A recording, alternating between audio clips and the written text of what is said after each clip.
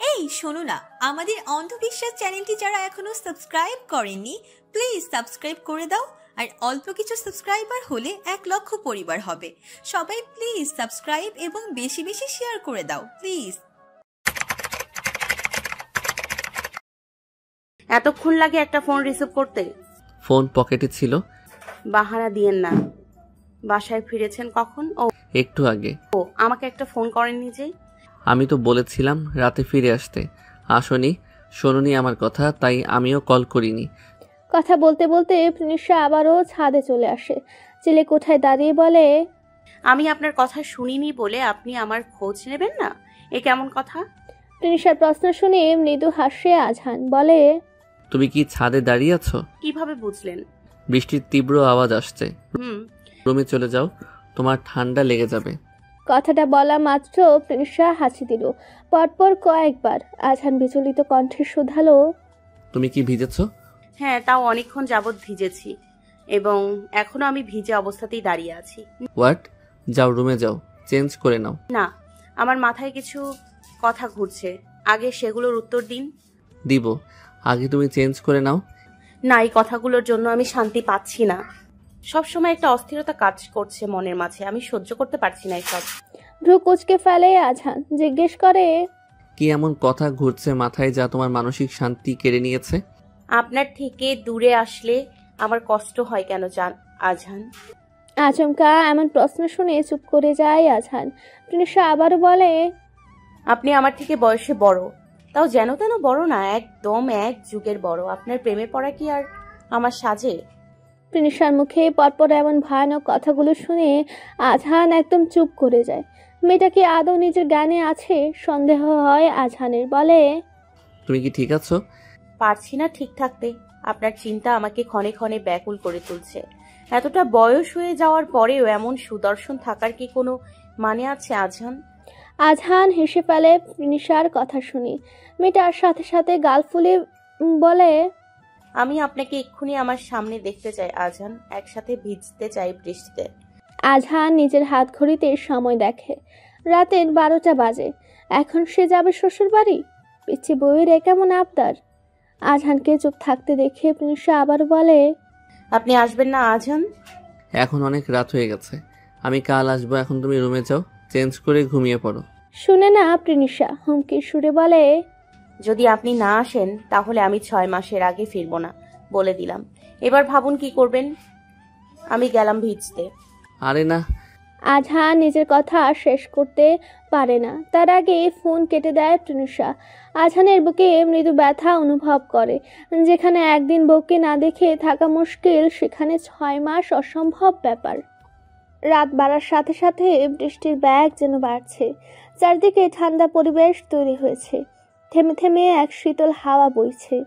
এমন আবহাওয়ায় ড্রাইভ করা কিছুটা কষ্টকর, তবে নিজের বউয়ের জন্য এইটুকু কষ্ট তো আজহান করতেই পারে। বেশ অনেকক্ষণ ড্রাইভ করার পর আজহান পৌঁছালো প্রিনিশার বাবার বাড়ি। এত রাতে বেল বাজে কি বলবে সেটাই ভাবছে আজহান। ভাবনার মাঝেই চোখ যায় ছাদের দিকে। দোতলা বাড়িটির ছাদে দাঁড়িয়ে দুহাত প্রশস্ত করে বৃষ্টি উপভোগ করছে এক কন্যা। আজহানের ঠোঁটের কোণে হাসি ফুটে এই দৃশ্য দেখে। প্রিনিশাদের বাড়ির পাশেই নতুন বিল্ডিং এর কাজ চলছে। দুটো বাড়ির ছাদ প্রায় কাছাকাছি। ব্যাপারটা খেয়াল করে আজহান পাশের বিল্ডিং এর ছাদে উঠল। এরপর এক লাফে প্রিনিশাদের ছাদে চলে গেল। প্রিনিশা কারো উপস্থিতি টের পেয়ে পাশে তাকাতেই 2 কদম পিছিয়ে গেল। তা দেখে আজহান বলল, ডেকে এনে এখন পিছিয়ে যাচ্ছ, এটা কিন্তু ঠিক না। আপনি সত্যি এসেছেন? না, মিথ্যা এসেছি। প্রিনিশারও মনে হলো কল্পনা করছে, তাই ধীর পায়ে আজহানের সামনে এগিয়ে গেল। বুকে হাত রাখতেই চমকে উঠল। বলল, আপনি এসেছেন? আজহান মাথা নাড়িয়ে না করলো। প্রিনিশা গাল ফুলালো। বলল, আপনি দেরি করেছেন। কি করব বলো, আমার কাছে তো পঙ্খিরাজ ঘোড়া নেই, তাই দেরি হলো। প্রিনিশা হাসলো। আজহান দেখতে ব্যস্ত প্রিনিশাকে। আজহান প্রিনিশার কপালে হাত রাখলো, দেখলো শরীর গরম। আজহান বলল, তোমার জ্বর আসছে, চলো নিচে চলো। না। প্রিনিশা উত্তর করলো না। আজহানের পায়ের উপর ভর দিয়ে পা উঁচু করে দাঁড়ালো। 2 হাতে জড়িয়ে ধরলো আজহানকে। আজহানের নজর পড়ল প্রিনিশার কাঁপতে থাকা ঠোঁটের উপর। মেয়েটা যদি আর কিছুক্ষণ এভাবে ওর সামনে থাকে তাহলে আজান কোনো কাণ্ড ঘটিয়ে ফেলবে, তা ভেবে বলল। কি করছো প্রিনিশা? চলো নিচে চলো। তৃষা শুনল না। সে ধীরে ধীরে এগিয়ে গেল আজানের ঠোঁটের দিকে। একদম কাছাকাছি যাওয়ার পরপরই তৃষা চোখ বন্ধ করে নিল। আজান ঠোঁট ছুঁয়ে মুখ ফিরিয়ে নিল। তৃষাকে হালকা ধাক্কা দিয়ে নিজে থেকে সরালো। চোখ টলমল করে উঠল তৃষার। আজান তা উপেক্ষা করলো। তৃষাকে কোলে তুলে রুমে নিয়ে গেল। ভোররাত তখন। রায়ান এসেছে তার নিজ বাড়িতে। বাবা ফরিদ মোল্লা সবে ফজরের নামাজ সেরে উঠেছেন। এমন সময় দরজার বেল বেজে ওঠে। বাড়ির সকলে ঘুমে থাকায় তিনি গিয়ে দরজা খুলেন। রায়ানকে দেখে ফরিদ সাহেব অবাক হয়ে জিজ্ঞেস করেন, তুমি এত ভোরে এসেছো যে? রায়ান বিধ্বস্ত নয়নে তাকায় বাবার দিকে। ছেলের চাহনি দেখে ফরিদ সাহেব আটকে ওঠেন। জিজ্ঞেস করেন, কি হয়েছে রায়ান? রায়ান বাবার কথার উত্তর না দিয়ে বাড়ির ভেতর ঢুকে নিজের রুমে এসে আলমারিতে কিছু খুঁজতে আরম্ভ করে। ফরিদ সাহেব ছেলের পিছু পিছু এসে জিজ্ঞেস করেন, কি হয়েছে বাবা? কেউ কিছু বলেছে তোমাকে? রায়ান উত্তর দেয় না। অনেকক্ষণ খোঁজাখুঁজির পর সে একটা ছবি পায়। ছবিটা সিনহার। ছবিটা হাতে নিয়ে বিছানায় বসে রায়ান। ফরিদ সাহেব ছেলেকে বলেন, কার ছবি এটা? কি হয়েছে তোমার? হঠাৎ না বলে এভাবে চলে এলে যে? রায়ান ছবিটা বাবার হাতে দেয়। ফরিদ সাহেব চমকান ছবিটা দেখে। এই মেয়ের সমস্ত স্মৃতি তিনি জ্বালিয়ে দিয়েছিলেন, তাহলে এটা কোত্থেকে এলো? ফরিদ সাহেবকে ভাবনায় পড়তে দেখে রায়ান বলে, মনে আছে নিশ্চয়ই ওকে তোমার? ফরিদ সাহেব হ্যাঁ সূচক মাথা নাড়ালেন। রায়ান বাবার দু হাত মুঠোয় ভরে বলল, ওকে আমার করে দাও না আব্বু, আমি ওকে ভীষণ ভালোবাসি। এখন তো আমি চাকরি করি আব্বু, ওকে এনে দাও না। এতগুলো বছর পর ছেলের মুখে এমন কথা শুনে থমকে যান ফরিদ সাহেব। রায়ান তবে আজও সিনহাকে ভুলতে পারেনি। রায়ান আবার বলে, আমি সিনহাকে খুব ভালোবাসি আব্বু। আজ আমি ওকে দেখেছি। আগের সেই ছটফটে মেয়েটা ভীষণ শান্ত হয়ে গেছে। বক বক করে মাথা খাওয়া মেয়েটা এখন প্রয়োজন ছাড়া কথা বলে না। আব্বু ও ভালো নেই, আমি ওকে চাই। ওকে আমার কাছে এনে দাও না আব্বু। ফরিদ সাহেব কি বলবেন ভেবে পেলেন না। আজ থেকে 5 বছর আগে ছেলের ইচ্ছার বিরুদ্ধে বিয়ে দিতে গিয়ে অনেক কাহিনী ঘটে গেছে। পরিশেষে বিয়েটাই হয়নি। এরপর ছেলেকে পাঠিয়েছিলেন বাহিরের দেশে, যেন এ সকল তিক্ত অতীত ভুলতে পারে। তবে বেশি দিন রায়ান দেশের বাহিরে থাকেনি। 1 বছরের মাথায় ফিরে এসে শুরু করেছিল নিজের বাউন্ডুলে জীবন। তবে আর কখনো এই মেয়ের কথা তার ছেলে বলেননি। আজ এতগুলো বছর পর তার ছেলে আবারও একই মেয়ের জন্য তার কাছে আকুতি করছেন। ফরিদ সাহেব ছেলের মুখের দিকে কিছুক্ষণ তাকিয়ে রইলেন। রায়ানের বাচ্চাদের মতো কেঁদে আবদার করছে। বড় হওয়ার পর ছেলের চোখের পানি আজ প্রথম দেখলেন ফরিদ সাহেব। ছেলেকে জিজ্ঞেস করলেন, মেয়েটি কি এখনো তোমাকে ভালোবাসে? জানি না আব্বু, হয়তো ও আমার উপর অভিমান করেছে। ও অনেক লাজুক আব্বু। আমি জানি আমি ছাড়া ও কারোর কাছে ভালো থাকবে না। আমি ওর চোখ মুখ দেখে বুঝেছি ও ভালো নেই। প্লিজ তুমি আজ আমাকে ফিরিয়ে দিও না, সিনহাকে আমার করে দাও আব্বু। ছেলের আহাজারিতে বোধহয় নরম হলেন ফরিদ সাহেব। বললেন, শান্ত হও রায়ান, আমি কথা বলবো মেয়েটির পরিবারের সাথে। তাদের ফোন নাম্বার দাও। আমার কাছে তাদের ফোন নাম্বার নেই, তবে প্রিনিশার কাছে রয়েছে, কেননা সিনহা আর প্রিনিশা এক ভার্সিটিতে পড়ে। ঠিক আছে, আমি দেখছি বিষয়টা, তুমি শান্ত হও। রায়ান শান্ত হয় না। তার মনে চলছে কালবৈশাখী ঝড়। সিনহাকে দেখার পর তার সমস্ত কিছু উলটপালট হয়ে গেছে। এবার সে আর থেমে থাকবে না। সিনহাকে নিজের করেই ছাড়বে। ভালোবাসার মানুষকে ছাড়া বেঁচে থাকা যে মৃত্যুর সমান যন্ত্রণার। নতুন ভোরের আলো ফুটেছে চারিদিকে। সারা রাত বৃষ্টির পর এক স্নিগ্ধতা বিরাজ করছে প্রকৃতিতে। জানালার কাছে দাঁড়িয়ে তা উপভোগ করছে সিনহা। বেশ অনেকক্ষণ আগে ঘুম ভেঙেছে সিনহার। তাসফিন এখনো ঘুমে। সিনহা প্রকৃতি বিলাস শেষে চলে যায় নিজের হাতের কাজগুলো সারতে। আজ ভার্সিটিতে একটি অনুষ্ঠান রয়েছে। প্রিনিশার জোড়াজুড়িতে সিনহা রাজি হয়েছে যেতে, আর তাই সব কাজ সকাল সকাল সেরে নিচ্ছে। সকাল 8:30-এ ঘুম ভাঙে তাসফিনের। সিনহাকে রেডি হতে দেখে জিজ্ঞেস করে, কোথায় যাচ্ছ? ভার্সিটিতে এক অনুষ্ঠান রয়েছে। কথাটা শুনে তাসফিন সিনহার হাত ধরে একটানে ঘোরায় নিজের দিকে, বলে, কার পারমিশন নিয়ে যাচ্ছ? এবার চুপ করে যায় সিনহা। তাসফিন আবার বলে, বেশি ডানা গজানোর ফল ভালো হবে না, চুপচাপ নিজের কাজ করো, কোথাও যেতে হবে না। কথাগুলো বলে তাসফিন শাওয়ারে চলে যায়। সিনহার চোখে পানি টলমল করে। তাসফিনের কথার বিরুদ্ধে গিয়ে সে কিছুতেই ভার্সিটিতে যেতে পারবে না, কেননা একটা কথার অবাধ্যতা হওয়ার জন্য তাসফিন যে অমানবিক অত্যাচার করবে তা সহ্য করার শক্তি সিনহার মাঝে নেই। সকালে মিষ্টি রোদ চোখে পড়তে ঘুম ভাঙে নিশার। আর মোড়া ভেঙে উঠে বসতে মনে পড়ে কাল রাতের ঘটনা। আজহান তাকে রুমে এনে কড়া গলায় বলেছিল, যাও চেঞ্জ করে আসো। এক বুক মন খারাপ নিয়ে প্রিনিশা চেঞ্জ করে গিয়েছিল। আজহান একটা প্যারাসিটামল খাইয়ে দিয়ে বলেছিল, সকালের আগে যদি কম্বলের ভেতর থেকে বের হয়েছো তো খবর আছে। একে জ্বর, দুয়ে এমন করার শাসন। প্রিনিশার দুঃখে অপর পাশ ফিরে ঘুমিয়ে পড়ে। এরপরই আজহান আবারও চলে যায়। কথাগুলো মনে করে প্রিনিশা বালিশের পাশ থেকে ফোনটা বের করে, ডায়াল করে আজহানের নাম্বারে। সাথে সাথে কল রিসিভ হয়। জিজ্ঞেস করে, জ্বর কমেছে? হ্যাঁ, আপনি কোথায়? অফিসে। তৃষা দেওয়াল ঘড়িতে নজর বুলিয়ে নেয়। 9টা বাজে। আজহানের সাথে টুকটাক কথা বলার শেষে রেডি হয়ে নেয় ভার্সিটির উদ্দেশ্যে। যেতে যেতে কয়েকবার ফোন করে সিনহার নাম্বারে। ফোন বন্ধ দেখে মন খারাপ হয়ে যায় তৃষার। ভার্সিটির মাঠে আসতেই দেখে কয়েকজন ছেলে গোল হয়ে দাঁড়িয়ে মেয়েদের টিজ করছে, অথচ কেউ তাদের কিছু বলছে না। তৃষার রাগ লাগে তা দেখে। চুপচাপ ওদের সামনে দিয়ে যেতে নিলে নিলয় নামের একটি ছেলে বলে, আরে আপু, আমাদের পাত্তা না দিয়ে কোথায় যাচ্ছেন? তৃষা দাঁড়িয়ে পড়ে। ছেলেটা আবার বলে, আপু মনে হয় নতুন ভার্সিটিতে, তা আপুকে কিন্তু আমার সেই পছন্দ হয়েছে। আপুর থেকে ডিরেক্ট বউ করলে মন্দ হয় না, কি বলিস তোরা? কথাটা নিজের বন্ধু মহলের উদ্দেশ্যে বলে নিলয়। তা শুনে সকালে অট্টহাসিতে ফেটে পড়ে। তৃষার রাগ কন্ট্রোল হারিয়ে ফেলে। সপাটে চর বসিয়ে দেয় ছেলেটার গালে, বলে, অসভ্য বেয়াদ্দপ, মেয়েদের সাথে কিভাবে কথা বলতে হয় মা বাবা শেখায়নি?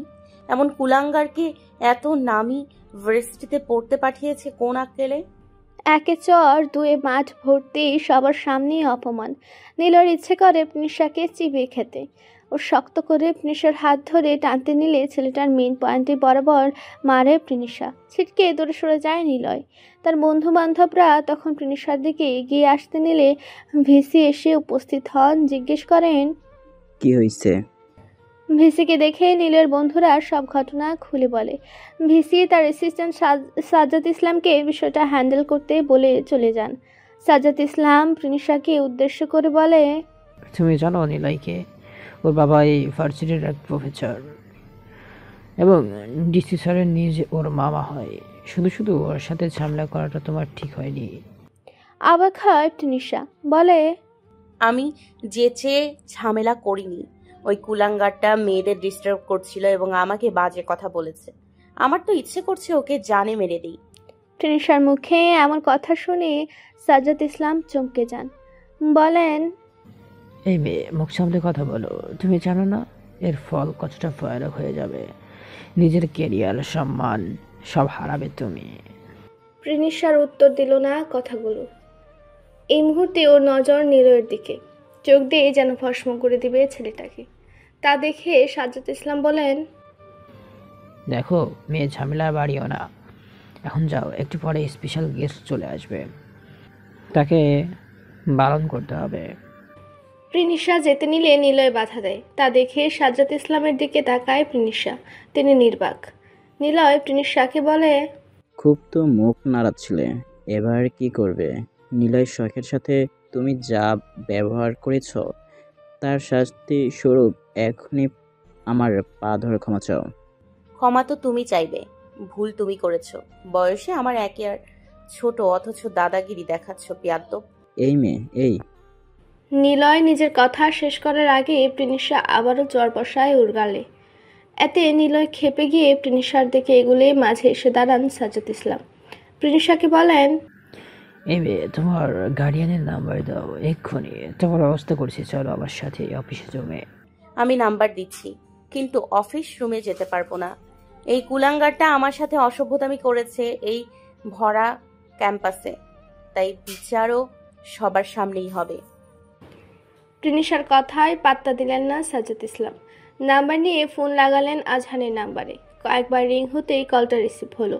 সাজ্জাদ ইসলাম বললেন, প্রিন্সিপাল ভার্সিটি থেকে বলছি। ও আজ অকারণে ভার্সিটির এক সিনিয়র প্রফেসর ছেলের গায়ে হাত তুলেছে এবং মিসবিহেভ করেছে। আপনি দ্রুত প্রতিষ্ঠানে আসুন।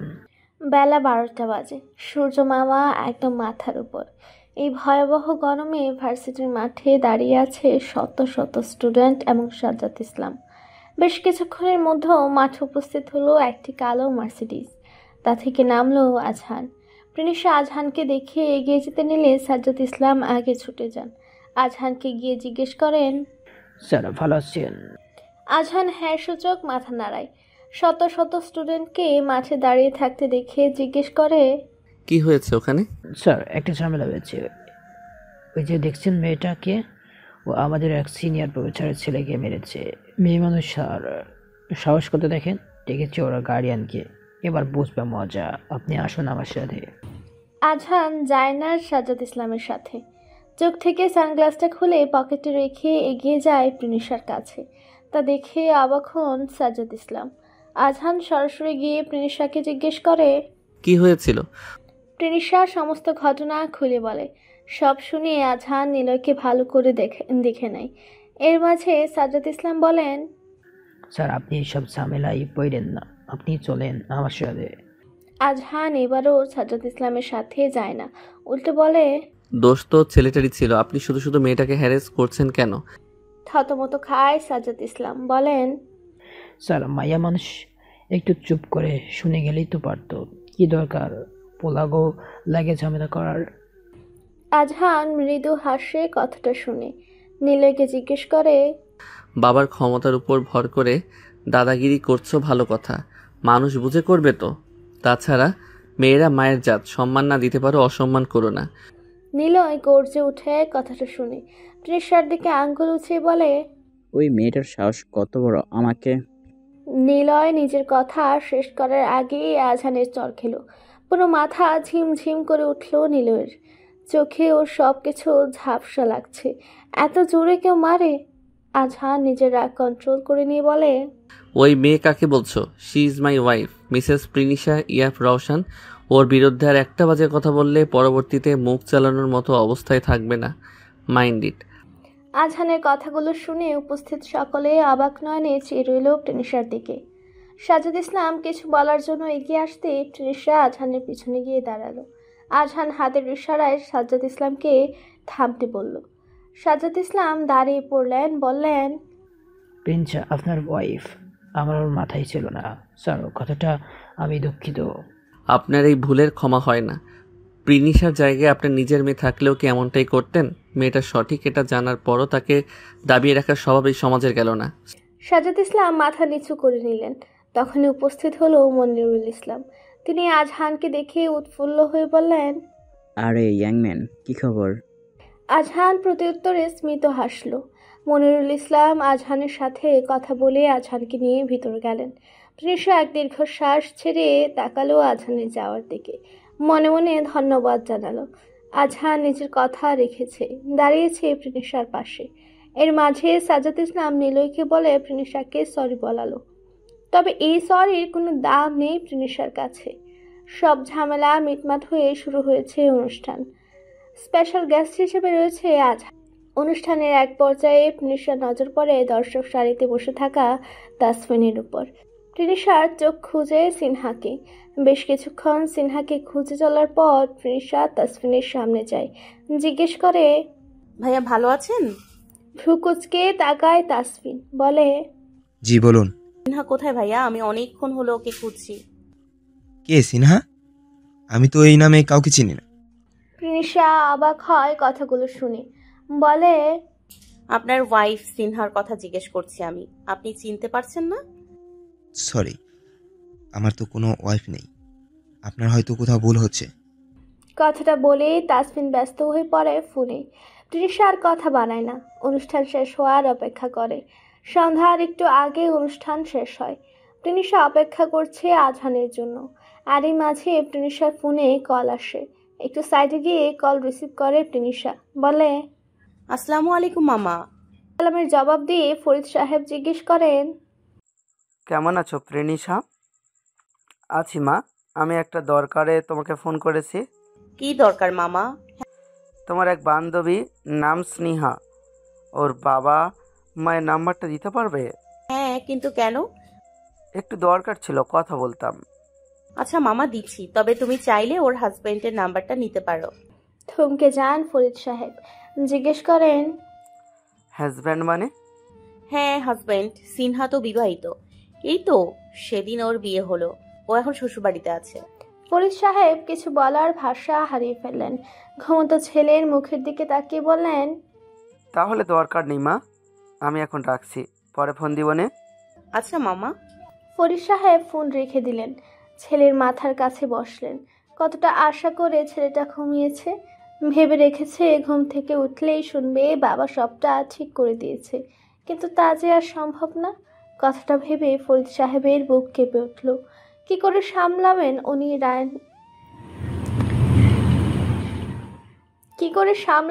এবার রায়ানকে? ছেলেটা যে বড্ড কষ্ট পাবে। চিন্তায় পাগল প্রায় অবস্থা হয়ে গেল ফরিদ সাহেবের। তৃষা বেশ কিছুক্ষণ দাঁড়িয়ে থাকার পর আজহান এলো, বলল, সরি একটু লেট হলো। সমস্যা নেই।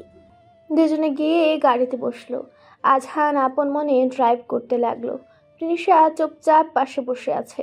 কিছু সময় অতিবাহিত হওয়ার পর তৃষা বলল, জানেন, আমি আজকে তাসফিনকে দেখেছি। আজহান কোনো প্রতিক্রিয়া করল না। তা দেখে তৃষা আবার বলল, আমি সিনহার কথা জিজ্ঞেস করায় বলল সে নাকি সিনহাকে চেনে না, বিয়েও করেনি। তৃষার কথা শুনে এবার আজহান অবাক হলো, বলল, এত বড় মিথ্যা কথা কেন বলছে তাসফিন?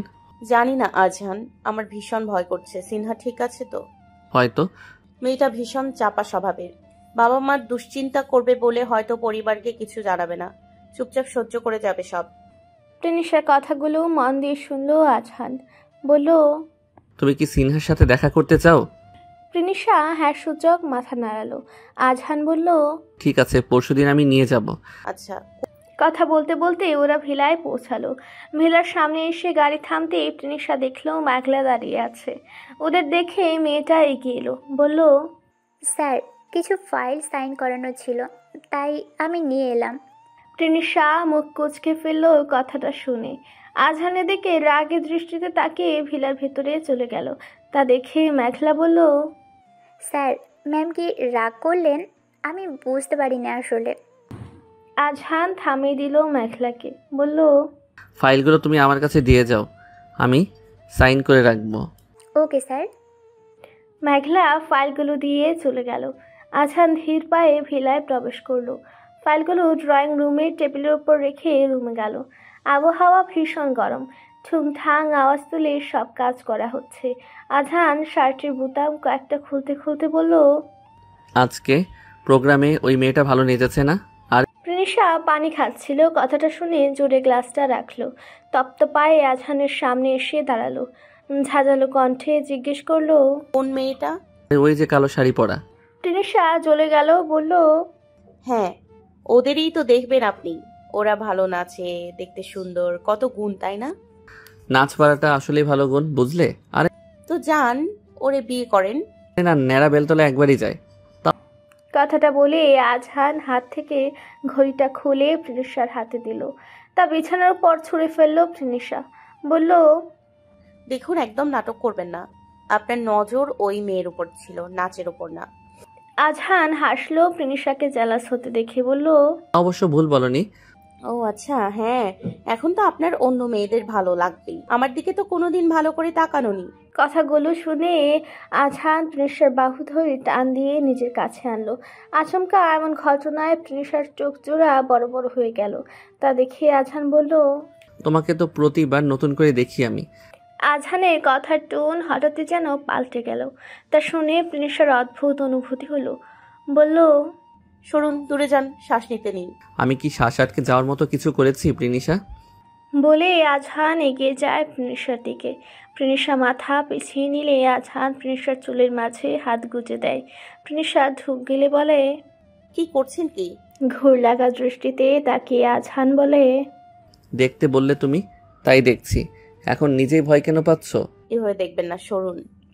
আজহান সরে না, বরং আরও কাছাকাছি আসে দুজনের মাঝে। তখন 1-2 ইঞ্চি ব্যবধান হয়তো। প্রিনিশা নিজের চোখ বন্ধ করে ফেলে, তবে আজহানের দৃষ্টিতে এখনও প্রিনিশার মুখশ্রুতি সীমাবদ্ধ। জীবনে প্রথম কোনো পুরুষের এতটা কাছাকাছি প্রিনিশা। বুক কাঁপছে, মস্তিষ্কে জানা দিচ্ছে কিছু ঘটতে চলেছে। মনে সৃষ্টি হয়েছে তীব্র উথাল পাথাল। তা হয়তো অনুভব করতে পারছে আজহান। সে ধীরে ধীরে নিজের ওষ্ঠদ্বয় দিয়ে আঁকড়ে ধরে প্রিনিশার ওষ্ঠযুগল। প্রথম স্পর্শে কেঁপে ওঠে প্রিনিশা, টালমাটাল হয়ে পড়ে। আজহান তা সামলে নেয়, তার হাত এক বিচরণ করছে প্রিনিশার চুলের ভাঁজে। বেশ কিছু সময় অতিবাহিত হয়, দুজনেই ডুবে যায় একে অপরের মাঝে। ঠিক সেই সময় একটা ফোন কল আসে। বিরক্ত হয় আজহান। প্রথমবার কলটা রিং হয়ে কেটে যায়, পরবর্তীতে আবারও কল আসে। রিংটুনের শব্দে হুঁশ ফেরে প্রিনিশার। নিজেকে আজহানের থেকে ছাড়ানোর বৃথা চেষ্টা করে, তাতে লাভ হয় না, বরঞ্চ আজহানের টালমাটাল স্পর্শে প্রিনিশা পরিচিত হয় এক নতুন অনুভূতির সাথে। আজহান মুখ ডুবায় প্রিনিশার কাঁধে। ক্রমশ নিঃশ্বাস ভারী হয়ে ওঠে দুজনের। এমন মুহূর্ত বারবার ফোনের রিংটুনটা ডিস্টার্ব করে চলেছে তাদের। তা দেখে প্রিনিশা কাঁপা স্বরে বলে, হয়তো কোনো ইম্পর্টেন্ট কল। আজহান মুখ তুলে না, ঘুর লাগার স্বরে বলে, তোমার থেকে বেশি ইম্পর্টেন্ট আমার কাছে কিছু নেই। আজহানের কথার প্রেক্ষিতে কিছু বলতে পারে না প্রিনিশা। আজহানের স্পর্শ গভীর থেকে গভীর হতে থাকে। ঠিক এমন মুহূর্তে দরজায় নক পড়ে। আজহান থামে, চোখজোড়া বন্ধ করে নিজেকে সামলে নেয়। শার্টের বোতামগুলো লাগিয়ে এগিয়ে যায় দরজার কাছে। দেখে সাইমা বেগম দাঁড়িয়ে আছেন। আজহানকে দেখে বলেন, স্যার, আপনার সাথে দেখা করতে আপনার বন্ধু অনেক এসেছে। কথাটা বলে সাইমা বেগম চলে গেলেন। আজহান ঘাড় ঘুরিয়ে এক পলক প্রিনিশাকে দেখে নিল। মেয়েটা ব্যস্ত নিজেকে সামলাতে। আজহান রুমের দরজা লাগিয়ে ড্রয়িং রুমের উদ্দেশ্যে পা বাড়ালো। অনেক সোফায় বসেছিল। আজহানকে দেখে উঠে দাঁড়ালো, বলল, তুই আমার সাথে এমন করছিস কেন আজহান? কি করলাম? সোফায় বসে জিজ্ঞেস করে আজহান। অনেক আজহানের পাশে ধাপ করে বসে পড়ে, বলে, এই কয়েক মাসে কুকুরের মতো এদিক সেদিক পালিয়ে বেড়েছি আমি। তুই আমার বিরুদ্ধে পুলিশ কমপ্লেনগুলো তুলে নে না ভাই। পারবো না। প্লিজ দোস্ত, আমি তো তোর বেস্ট ফ্রেন্ড, এমন করিস না আমার সাথে। প্রসঙ্গ যখন আমার বউয়ের, তখন তোর মতো হাজারটা বেস্ট ফ্রেন্ড ত্যাগ করতেও রাজি আমি। কথাটা শুনে অনেক মুখ ভুতা করে ফেলল, বলল, বউয়ের জন্য নিজের এত বছরের বন্ধুত্ব নষ্ট করবি? করবো না, করেছি। যেদিন সব সত্য জেনেছি সেদিনই তোকে শেষ করে ফেলতাম আমি। কিন্তু ওই যে বললি না বন্ধুত্ব, ঠিক এখানেই আমি আটকে গেছি। নিজে থেকে তোকে শাস্তি দেইনি, তুলে দিয়েছি পুলিশের হাতে। প্লিজ দোস্ত, এটা করিস না, আমার ক্যারিয়ার শেষ হয়ে যাবে। আমি তো তোর কোনো ক্ষতি করিনি। আজহান হাসে কথাটা শুনে, বলে, আমার ক্ষতি করিসনি? আমার সব থেকে বড় ক্ষতি তো তুইই করেছিলি অনেক। সেটা না হয় আমি সাইডে রাখছি। মাঝে তুই মেঘলাকে দিয়ে আমার খাবারে বিষ মিশিয়েছিলি, সেইটা মেঘলা নিজে পুলিশের কাছে স্বীকার করেছে। এরপরও মিথ্যা বলবি? অনেক চুপ করে যায়। ওর ধারণার বাহিরে ছিল মেঘলা মির্জাফরগিরি করবে। মেয়েটা কি ভালোবাসার টানে অন্ধ হয়ে গেছে? যে ওর ভালো করতে চাইলো তাকেই ফাঁসি দিল, অসভ্য। অনেক মনে মনে আরও কিছু বকা দেয় মেঘলাকে। তখনই ড্রয়িং রুমে উপস্থিত হয় প্রিনিশা। হালকা নীল রঙের লং জামা পরা মেয়েটার, চুলগুলো ছেড়ে রাখা, চোখ মুখ দেখে মনে হচ্ছে বেশ সুখেই আছে। এটাই তো অনেককে পীড়া দেয়। তবে এখন শত্রুতার সময় নেই, নিজেকে বাঁচাতে হবে, না হলে পুলিশের ডান্ডার বাড়িতে পেছন লাল হয়ে যাবে। কথাগুলো ভেবে অনেক প্রিনিশার সামনে গেল, বলল, ভালো আছো? প্রিনিশা উত্তর দিল না। পাশ কাটিয়ে যেতে দিলে অনেক সামনে দাঁড়ালো, বলল, প্রিনিশা, আমি দুঃখিত তোমার সাথে করা সকল বাজে ব্যবহারের জন্য। প্রত্যুত্তরে অনেকের দিকে ক্রুদ্ধ নয়নে তাকালো প্রিনিশা। অনেক অপরাধী কণ্ঠে বলল, আজহানকে বলো না আমার উপর থেকে কেসগুলো যেন তুলে নেয়। কেসের কথা শুনে আজহানের দিকে তাকায় প্রিনিশা। এই ব্যাপারে তো সে কিছুই জানে না, তবে এটা অনেককে বুঝতে দেওয়া যাবে না। তাই তৃষা বলল, আমি কেন বলতে যাব আজিব? অনেক চুপসে যায়, বলে, আমি তো তোমার এককালের ভালোবাসার মানুষ ছিলাম প্রিনিশা। যত কিছু হোক, ভালোবাসা তো কখনো শেষ হয়ে যায় না। তাছাড়া আমরা ভালো ফ্রেন্ডও ছিলাম। তুমি আমাকে সাহায্য করবে না? আস্তাগফিরুল্লাহ, এসব কি বলেন? আমার ঘাড়ে শয়তান নেমে গেছে। তৃষার এমন উত্তরে অনেক ভ্যাবাছেকা খেয়ে যায়। সোফায় বসা আজহান ফিক করে হেসে ওঠে। তা দেখে অনেক বলে, তুমি আমাকে শয়তানের সাথে তুলনা করলে? না, আমি তো শয়তান বললাম। অনেক তপ্তা খেয়ে গেল। তৃষার মুখে তো এমন উত্তর সে আশা করেনি। মেয়েটা দেখা যায় অনেকটাই বদলে গেছে, উত্তর করা শিখেছে। কিন্তু এই বদলে যাওয়ার তৃষার পেছনে কার অনুপ্রেরণা রয়েছে, কথাটা ভাবতে থাকে অনেক। তৃষা ততক্ষণে ড্রয়িং রুমের দরজা ক্রস করে চলে গেছে ভিলার পেছনে থাকা বাগানে। তা খেয়াল করে অনেক আজহানকে শুধালো, দোস্ত, তুই অন্তত আমাকে বাঁচা। আমি কথা দিচ্ছি, আর কদিন তোর আর প্রিনিশার জীবনে অশান্তি বাঁধাবো না। সে তুই এমনিও পারবি না। কথাটা বলে আজহান ইশারা করে দরজার দিকে। অনেক দেখে অফিসার কুনাল এগিয়ে আসছেন, সাথে কয়েকজন কনস্টেবল। অনেক ভয়ে ঢুক গেলে। এত কিছু করেও তবে শেষ রক্ষা হলো না। গত কয়েক মাস পাগলা কুকুরের মতো লুকিয়ে বেরিয়েছে অনেক।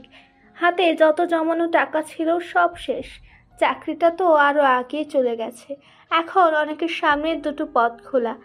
এক, আজহানকে কোনোভাবে ম্যানেজ করে কেস উঠিয়ে নেওয়া, আর দুই, আত্মসমর্পণ করা। অনেক জানে আত্মসমর্পণ করলে তার কঠিন থেকে কঠিন সাজা হবে। একটা নয়, কয়েকটা কেস তার নামে করা হয়েছে। তৃষার স্বামী হয়ে প্রতিটা কেস আজহান নিজে থানায় গিয়ে করেছে, সব প্রমাণ সমেত। এবার যে আর রক্ষা নেই। অনেককে পুলিশে নিয়ে যাওয়ার সময় আজহান পেছন থেকে বলল, চিন্তা করিস না, খুব তাড়াতাড়ি তোর প্রিয় কাজিন তাসফিনও আসবে সঙ্গ দিতে। ততদিন না হয় একটু একা একা জামায়াত উপভোগ করো। সন্ধ্যা 6টা। সিনহার পেটে ভীষণ ব্যথা করছে। আজ কয়েকদিন হলো মৃদু ব্যথা ছিল, তবে আজ তা বেড়েছে। তাসফিন আজ হসপিটালে যায়নি, বাসায় নিজের রুমে বসে কাজ করছে। রাত ব্যতীত ওই রুমে যাওয়ার অনুমতি নেই সিনহার। সারাদিন সংসারে যাবতীয় কাজ সেরে সিনহা পাশের রুমটাতেই থাকে। আজও তা ব্যতিক্রম হয়নি। সন্ধ্যা পেরোনোর কিছু সময় পর তাসফিন পাশের রুম থেকে চিল্লেই বলল, আমার জন্য নুডলস বানিয়ে আনো তো। অন্যদিন হলে সাথে সাথে সিনহা রান্না করতে চলে যেত, যদি তাসফিন একটু খুশি হয় এই আশায়। কিন্তু আজ সে গেল না, যেতে পারল না। ব্যথাটা বাড়ছে। সিনহা কিছু একটা আশঙ্কা করেছে, তবে এখনও নিশ্চিত নয়।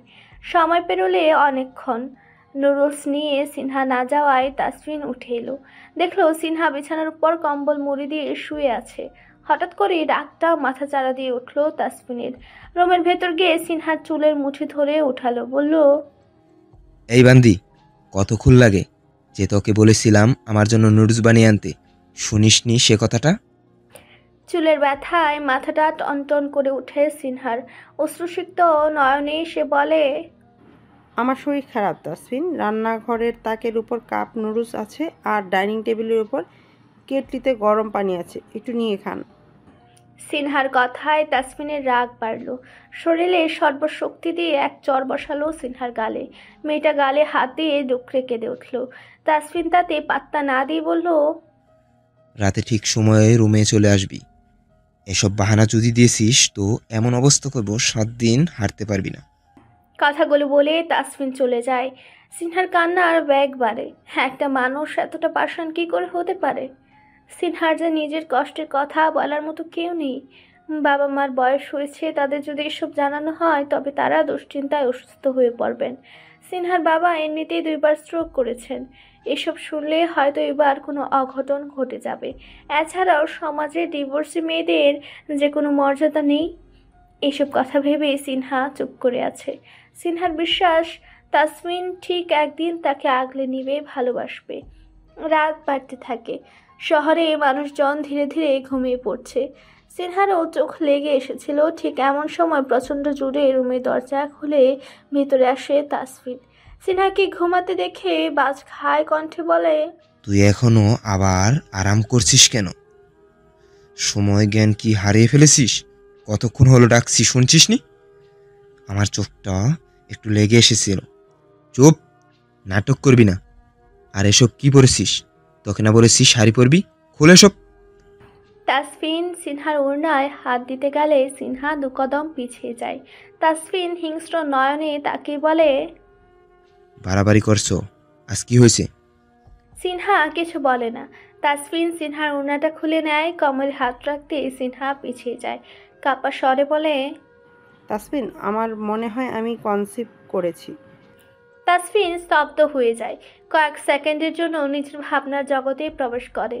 সিনহার কণ্ঠস্বর এখনো কাঁপছে। তা দেখে তাসফিন জিজ্ঞেস করে, টেস্ট করেছো? না, তবে মনে হচ্ছে 2 মাস চলছে। আরও অবাক হয় তাসফিন। জিজ্ঞেস করে, আমাকে বলনি কেন? আপনার তো আমার কথা শোনার মতো সময় নেই, কি করে বলতাম? প্রশ্নটির উত্তর দেয় না তাসফিন। বলে, রেডি হয়ে নাও, হসপিটাল যাব।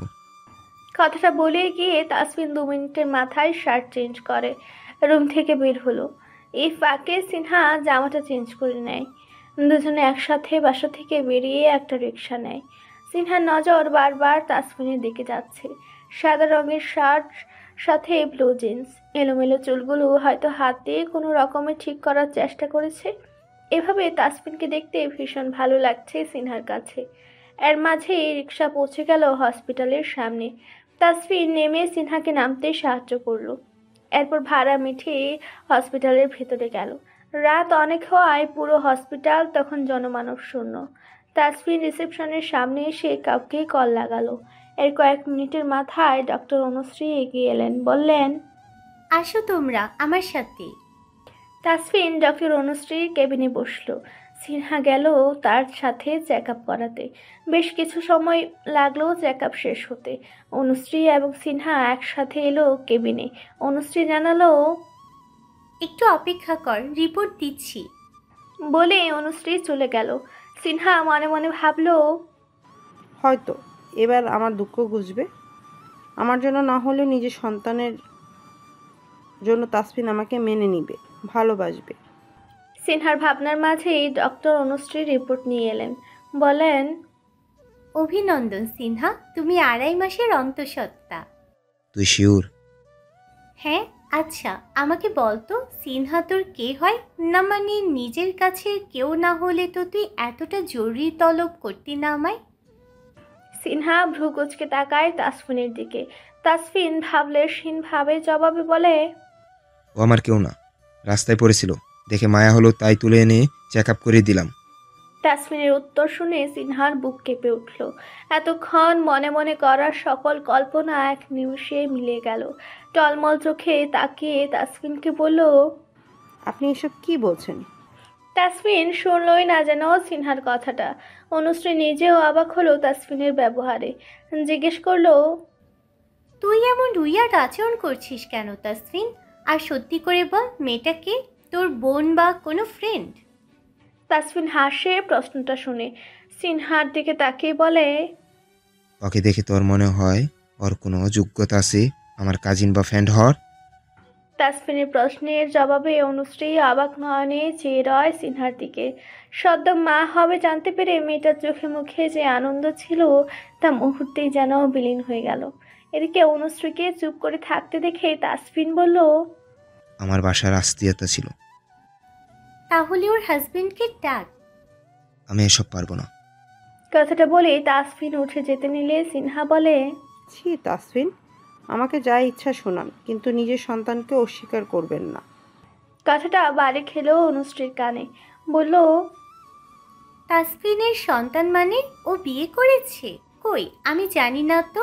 আর ওর বাবা তো সেদিনও বলল মেয়ে দেখতে। সিনহা যেন অবাক হতেও ভুলে গেল কথাগুলো শুনে। হাতের উল্টো পিঠ দিয়ে চোখের পানি মুছে জিজ্ঞেস করলো, মেয়ে দেখতে বলেছে মানে? তারা তো আমাদের বিয়ে। সিনহা নিজের কথা শেষ করতে পারল না। তাসফিন সিনহার হাত ধরে হ্যাচকা টান দিল।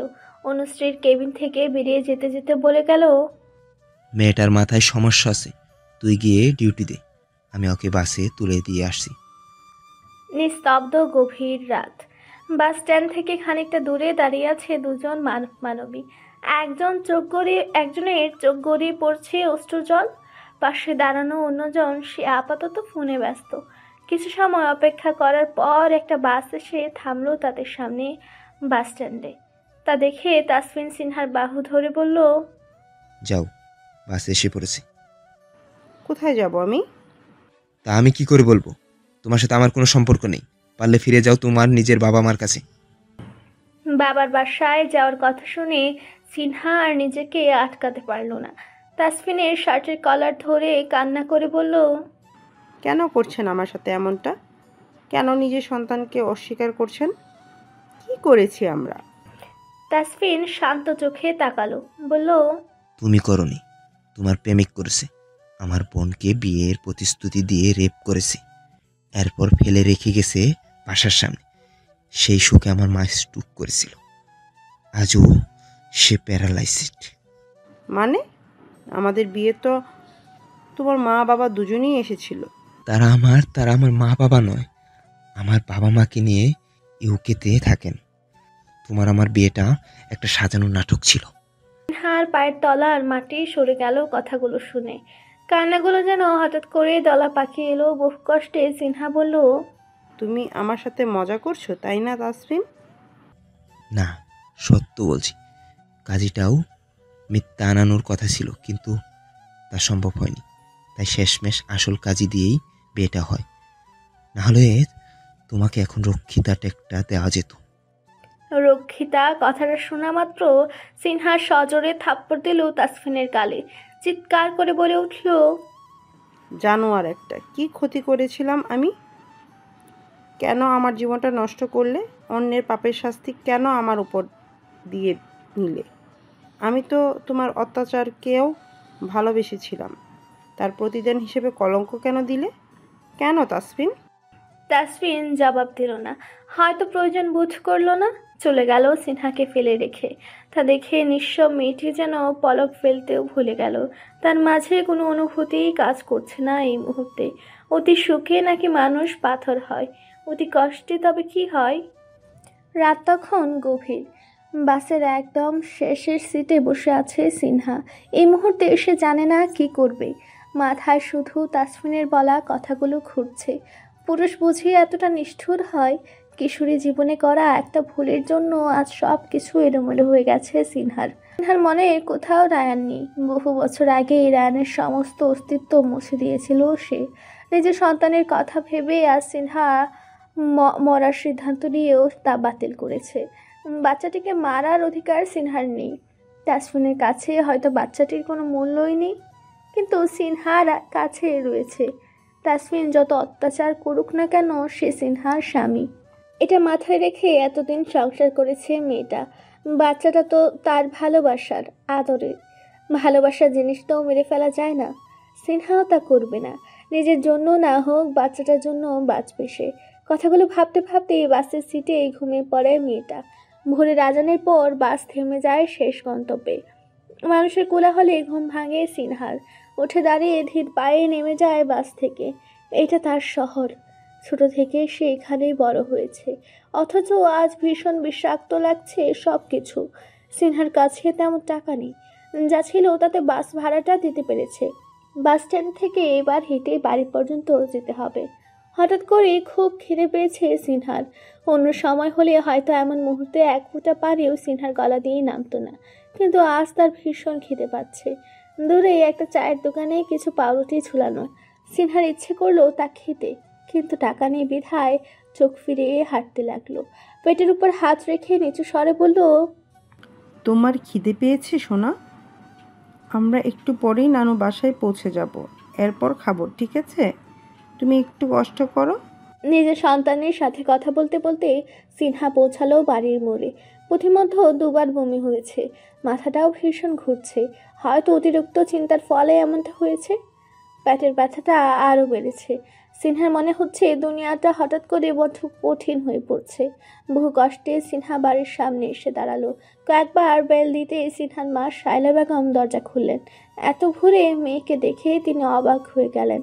মেয়ের চোখ মুখ দেখে ময়না বেগমের বুকে মুচড় দিল।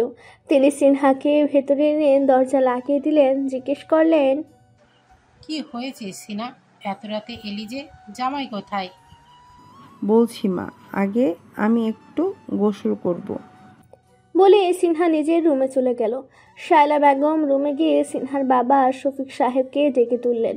মেয়ের আসার কথাটা জানানোর পর শফিক সাহেব বললেন, মেয়েটার হয়তো আমাদের কথা মনে পড়েছে, তাই জামাই দিয়ে গেল।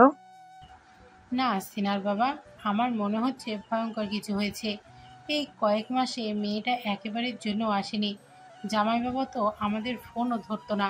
উপরন্তু সিনাকে নিয়ে এসে অন্য শহরে চলে যায়, যা আমাদের জানায়নি পর্যন্ত। তুমি দেখা করতে গিয়ে জানতে পারো কথাটা। আমার মনে হচ্ছে কিছু একটা হয়েছে। ময়না বেগমকে চিন্তিত হতে দেখে শফিক সাহেব সান্ত্বনা দিতে লাগলেন। তবে মনে মনে তারও ভয় কাজ করছে। বেশ কিছু সময় অতিবাহিত হলো। সিনহা শাওয়ার নিয়ে বের হলো। দেখলো রুমে তার বাবা মা দাঁড়ানো। তাদের দেখে সিনহা জিজ্ঞেস করলো, আম্মু, বাবা তোমরা? ময়না বেগম এগিয়ে গেলেন মেয়ের কাছে, মাথায় হাত রেখে জিজ্ঞেস করলেন, কি হয়েছে মা? জামাইয়ের সাথে কোনো ঝামেলা হয়েছে? সিনহা চুপ করে গেল। একটু সময় নিয়ে বলল, আমাকে কিছু খেতে দাও মা, ভীষণ খিদে পেয়েছে। খেয়ে এরপর সবটা বলছি। ময়না বেগম চলে গেলেন খাবার আনতে। সিনহা বিছানায় বসলো। শফিক সাহেব মেয়ের পাশে বসে জিজ্ঞেস করলেন, তুমি ভালো আছো তো? সিনহার ভীষণ কান্না পেল ভালো থাকার কথা শুনে। চোখের পানিটা বাধাহীন হয়ে গেল। কান্না মিশ্রিত কণ্ঠে সিনহা বলল, আমি ভালো নেই বাবা। ওই জানোয়ারটা আমার সব কিছু শেষ করে দিয়েছে, আমাকে নিঃস্ব করে দিয়েছে। মেয়ের মুখে এমন কথা শুনে স্তব্ধ হয়ে গেলেন শফিক সাহেব।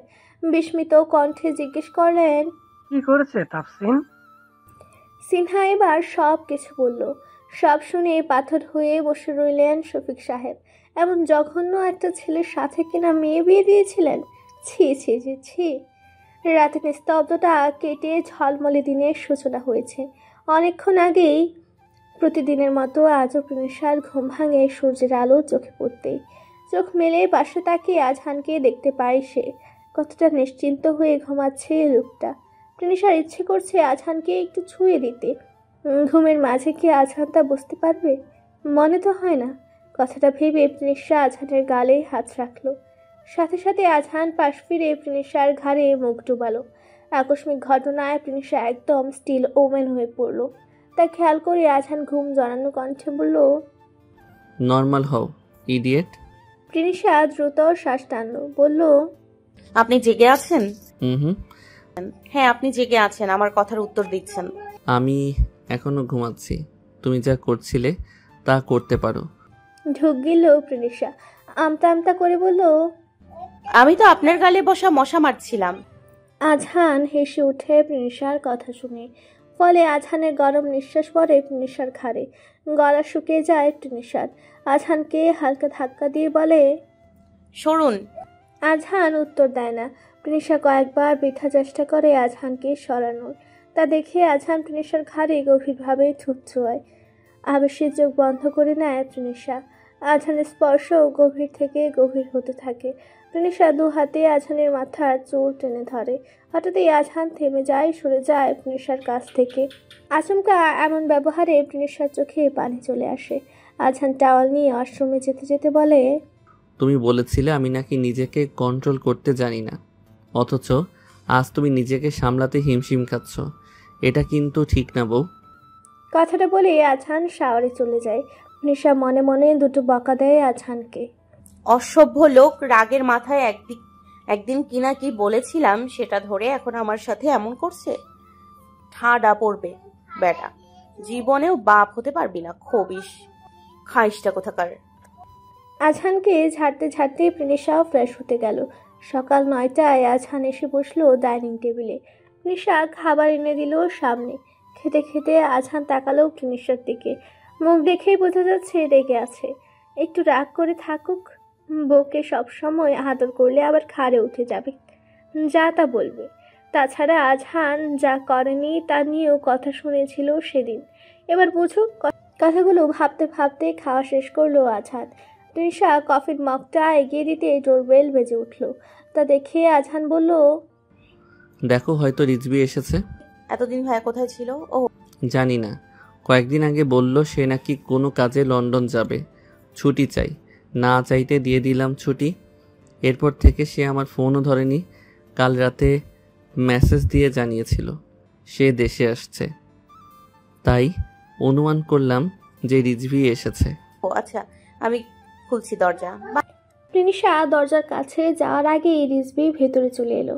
মূলত প্রিনিশা আর আজহানের কথার মাঝে সামিয়া বেগম গিয়ে দরজা খুলে দিয়েছেন। রিজভিকে আজ বেশ অন্যরকম লাগছে। এমনিতে ফর্মাল ড্রেসে সবসময় রিজভিকে দেখেছে প্রিনিশা, তাই আজ পাঞ্জাবিতে দেখে অবাক হয়ে জিজ্ঞেস করে, ভাই তোমাকে তো পাঞ্জাবিতে বেশ লাগছে। লাজুক হাসে রিজভি, মৃদু স্বরে ধন্যবাদ জানায়।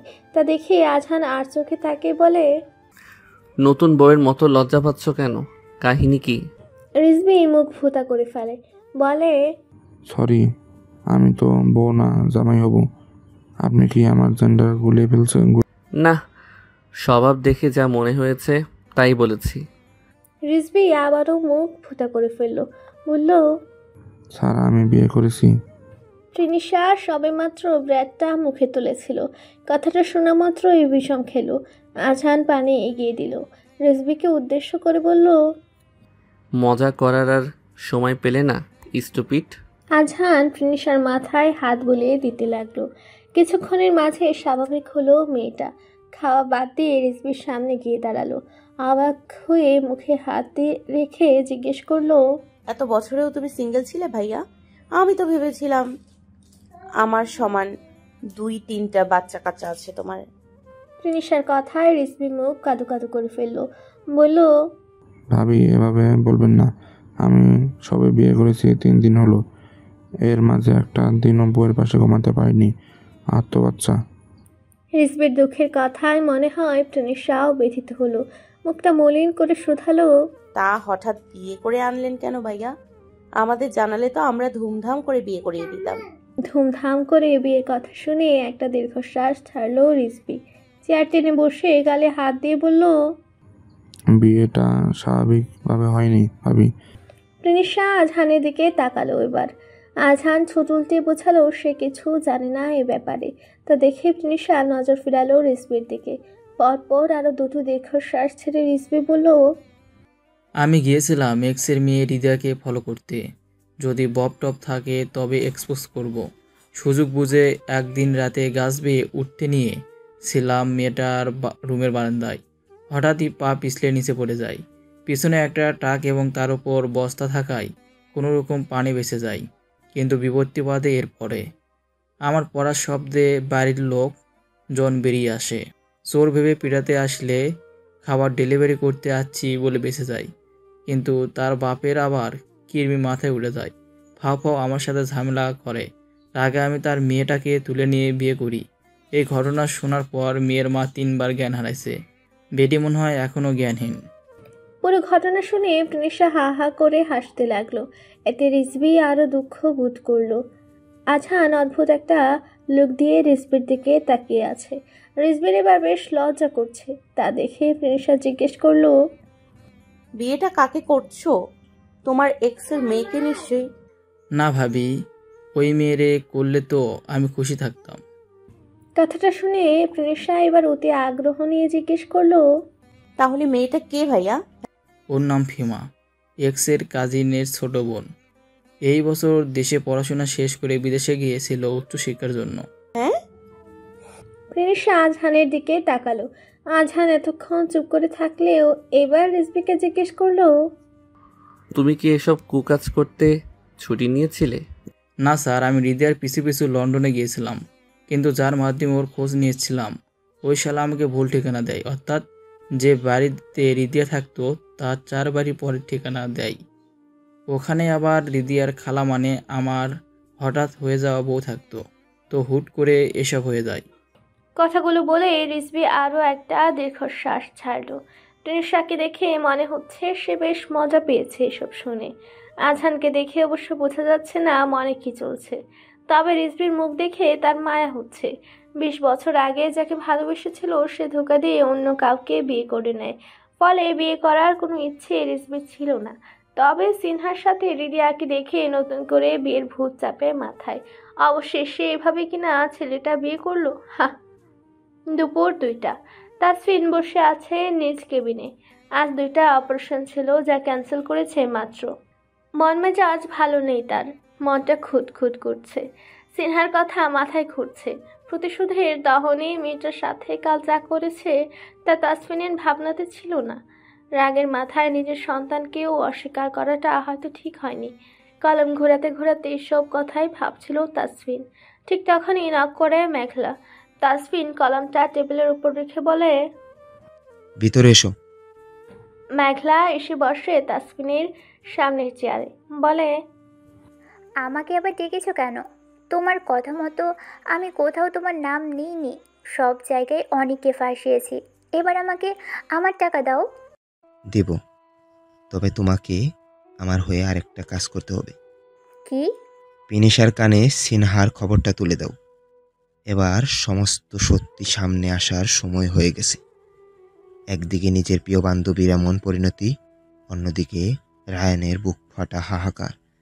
দেখব পিনিশা কোন দিকে যায়, কিভাবে সামলায় সব দিক। দিশেহারা হয়ে ওকে আমার কাছে আসতেই হবে, আর তখনই হবে আসল খেলা। যা অনেক করতে পারিনি তা আমি করব। কথাগুলো বলে বিশ্রীভাবে হেসে উঠে তাসফিন। সকাল 10টা বাজে। প্রিনিশা বসে আছে আজহানের সামনে। আজহান অনেকক্ষণ ধরে ল্যাপটপে মনোযোগ দিয়ে কিছু কাজ করছে। প্রিনিশা চেষ্টা করছে আজহানের সাথে কথা বলার জন্য। তা খেয়াল করে আজহান ল্যাপটপ অফ করলো। জিজ্ঞেস করলো, বলো কি হয়েছে? আমি বাইরে যেতে চাই। চলো। একা সম্ভব না। আমাকে নিতে না চাইলে রিজভিকে নিয়ে যাও। না, আমার একটা জরুরি দরকার আছে। কি দরকার? আমি সিনহার বাসায় যাব। আমি নিয়ে যাব বলেছিলাম তো। ওয়েট করো, হাতের কাজগুলো একটু গুছিয়ে নেই। আমি একা যাব আজহান। সিনহার বাবা মা আমাকে দেখে কি রিয়েক্ট করবে জানি না। আপনি হয়তো সেসব সহ্য করতে না পেরে কোনো কাণ্ড ঘটিয়ে ফেলবেন। আজহান ভ্রু কুঁচকে ফেললো কথাটা শুনে। বলল, তাহলে তো তোমার উচিতই না এমন জায়গায় যাওয়ার। এর থেকে ভালো কোচিংয়ে যাও। রেডি হয়ে আসো, আমি রনিকে বলছি তোমাকে দিয়ে আসবে। সবে কয়েকদিন হলো কোচিংয়ে জয়েন করেছে প্রিনিশা। আজহান ইচ্ছে করে তাকে কোচিংয়ে পাঠিয়েছে, যেন বাসায় একা একা না লাগে। যদিও প্রিনিশার একটু মন বসে না সেখানে, আর এমন সিরিয়াস মুহূর্তে কথা বলায় প্রিনিশার মেজাজও খারাপ হয়ে গেল। আজহান তা বুঝলো, তবে কোনো রিয়েক্ট করলো না। 10 মিনিটের মাথায় প্রিনিশা রেডি হয়ে বেরিয়ে গেল। 10 মিনিটের মাথায় প্রিনিশা রেডি হয়ে বেরিয়ে এলো। আজহানের দিকে আর চোখে তাকিয়ে চলে গেল কোচিংয়ে। আজহান এক দীর্ঘশ্বাস ছাড়ল। সে জানে সিনহার পারিবারিক অবস্থা। সব জানার পর প্রিনিশাকে ওখানে একা যেতে দেওয়ার কোনো মানেই হয় না। মেয়েটার জীবনে অনেক দুঃখ পেয়েছে। আজহান চায় না নতুন করে দুঃখ ওকে স্পর্শ করুক। দুপুর 1টা বাজে। প্রিনিশা বের হলো কোচিং থেকে। প্রতিদিনকার মতো আজ বের হয়ে ড্রাইভারকে দেখতে পেল না মেয়েটা। ব্যাগ থেকে ফোন বের করে কল করলো ড্রাইভার রনিকে। রনি জানালো রাস্তায় জ্যাম থাকায় তার আসতে 1 ঘন্টার মতো সময় লাগবে। প্রিনিশা যেন একটু অপেক্ষা করে। কথাটা শুনে প্রিনিশা হতাশ হয়ে কল কেটে দিল। এই রোদের মধ্যেও এতক্ষণ দাঁড়িয়ে থাকা যায়? পাশে একটা গোলাপ বাগান আছে। প্রিনিশা ভাবলো ওখানে গিয়ে একটু ঘুরে আসা যাক।